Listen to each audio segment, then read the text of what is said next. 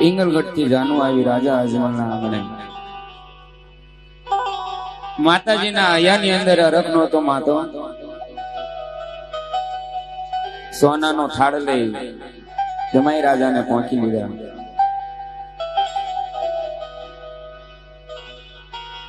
ગોર દાદા એમની વિધિ કરી. વિધિમાં એવું આવ્યું કે કન્યા પધરાવો સાવધાન. અને જ્યાં એમ કહેવાય કે એક દીકરી એક બેન, જ્યાં એમ કહેવાય પોતાનો એમ કહેવાય કે લાલનો ઘૂંઘટ તાણીને પોતે એમ કહેવાય ગણેશ સ્થાપનની બાજુમાં બેઠા હોય અને ગણપતિ દાદાની જ્યાં એમ કહેવાય જ્યાં સ્થાપના કરી છે એની બાજુમાં એમ કહેવાય કે આ 9 લાખ રોબડિયાળી પોતાના કુળદેવીની પણ બાજુમાં સ્થાપના થઈ.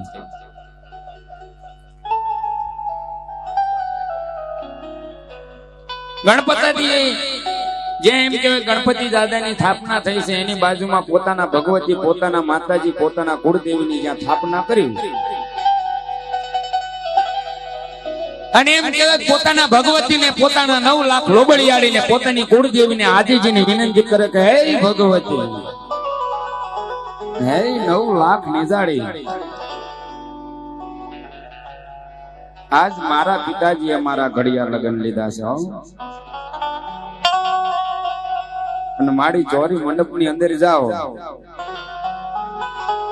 પણ કદાચ ઉતાવળમાં જો મારી એકાદ ડગલું મારાથી અવડું ભરાઈ જાય અને ઉતાવળમાં મારા ભરથારનું મુખ જોવા માટે થઈ જો એકાદ ડગલું અવડું ભરાઈ જાય ને તો આજ મારી નહીં પણ મારા બાપના પાઘડીના ચોગાને કલંક લાગશે સાહેબ. અને જ્યાં એમ કહેવાય કે એક દીકરી એક બેન પોતાના ભગવતીને જ્યારે એમ કહેવાય કલ્પાન કરે છે, વિલાપ કરે છે અને તેથી એમ કહેવાય ચોરી મંડપ તરફ ધીમા ડગલા માંડવા છે પણ પોતાના કુળદેવીને ગણપતિ દાદાને કર જોડીને પાય લાગ્યા કે હે ભગવતી, હે ગણપતિ દાદા, ચોરી મંડપની અંદર જાવ છું પણ હવે એનું ધ્યાન તમે રાખજો. અને જ્યાં એમ કહેવાય છોડે શણગાર સજી ધીમા ડગલા ભરી બેન ને માયરા ની અંદર આવવું છે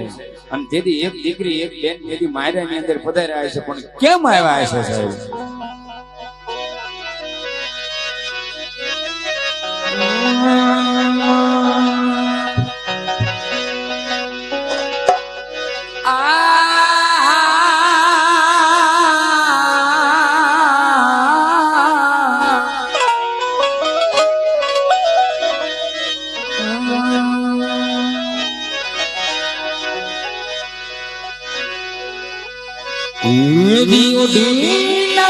ચૂંટણી પગમાં